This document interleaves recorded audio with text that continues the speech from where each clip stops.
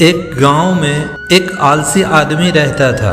वो कुछ काम धाम नहीं करता था, बस दिन भर बैठकर सोचता रहता था कि किसी तरह कुछ खाने को मिल जाए।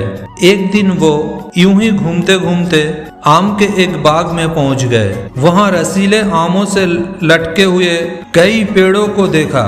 रसीले आम देख के उसके मुंह में पानी आ गया और आम तोड़ने के लिए उसने पेड़ पर चढ़ गया। लेकिन जैसे ही वो पेड़ पर चढ़ा, बाग का माली वहां आ पहुंचा। बाग के मालिक को देखकर आलसी आदमी डर गया और जैसे तैसे पेड़ से उतरकर वहां से भाग गया। भागते भागते वो गांव के बाहर एक जंगल में जा पहुंचा। वो बुरी तरह से थक चुका था, इसीलिए एक पेड़ के नीचे बैठकर आराम करने लगा। तभी उसकी नजर एक लोमड़ी के ऊपर पड़ी। उस लोमड़ी की एक टांग टूटी हुई थी और वो लंगड़ा कर चल रही थी।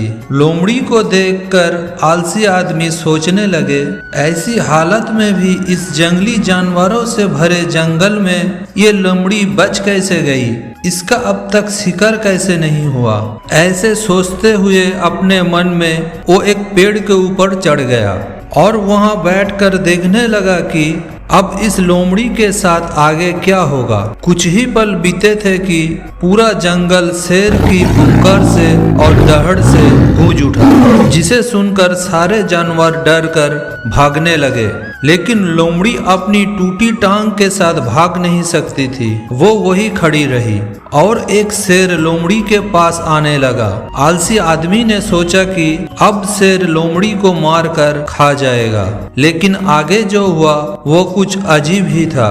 फिर शेर धीरे धीरे लोमड़ी के पास आकर खड़ा हो गया। शेर के मुंह में मांस का एक टुकड़ा था, जिसे उसने लोमड़ी के सामने गिरा दिया। लोमड़ी हिम्मत से मांस के उस टुकड़े को खाने लगी। थोड़ी ही देर बाद शेर वहां से चला गया।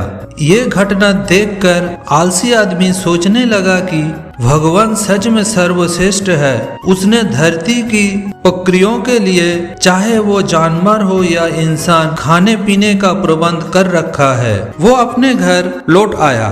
घर आकर वो 2-3 दिन तक बिस्तर पर लेटकर प्रतीक्षा करने लगा कि जैसे भगवान ने शेर के द्वारा लोमड़ी के लिए भोजन भिजवाया था, वैसे ही उसके लिए भी कोई ना कोई खाने पीने का सामान ले आएगा। लेकिन ऐसा कुछ नहीं हुआ। भूख से उसकी हालत खराब होने लगी। आखिरकार उसे घर से बाहर निकलना ही पड़ा। घर के बाहर उसे एक पेड़ के नीचे बैठे हुए बाबा दिखाई पड़े। वो उनके पास गया और जंगल का सारा घटना सुनाते हुए बोला, बाबा जी, भगवान मेरे साथ ऐसा क्यों नहीं कर रहे हैं? उनके पास जानवरों के लिए भोजन का प्रबंध है, लेकिन इंसानों के लिए नहीं। बाबा जी ने उत्तर दिया, बेटा, ऐसी बात नहीं है। भगवान के पास सारे प्रबंध है, दूसरों की तरह तुम्हारे लिए भी।